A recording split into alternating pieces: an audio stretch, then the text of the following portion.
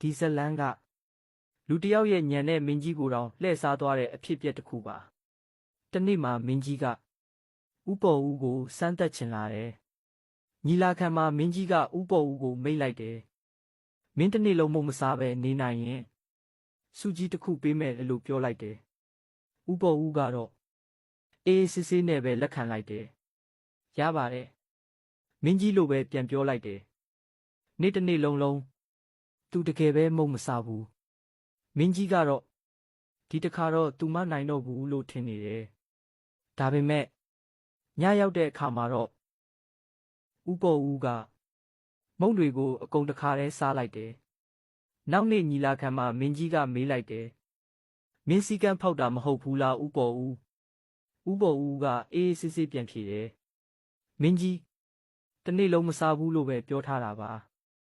ညကတော့မပါဘူးလေမင်းကြီးတောင်ဘာမှပြန်မပြောနိုင်တော့ဘူးနောက်ဆုံးမှာတော့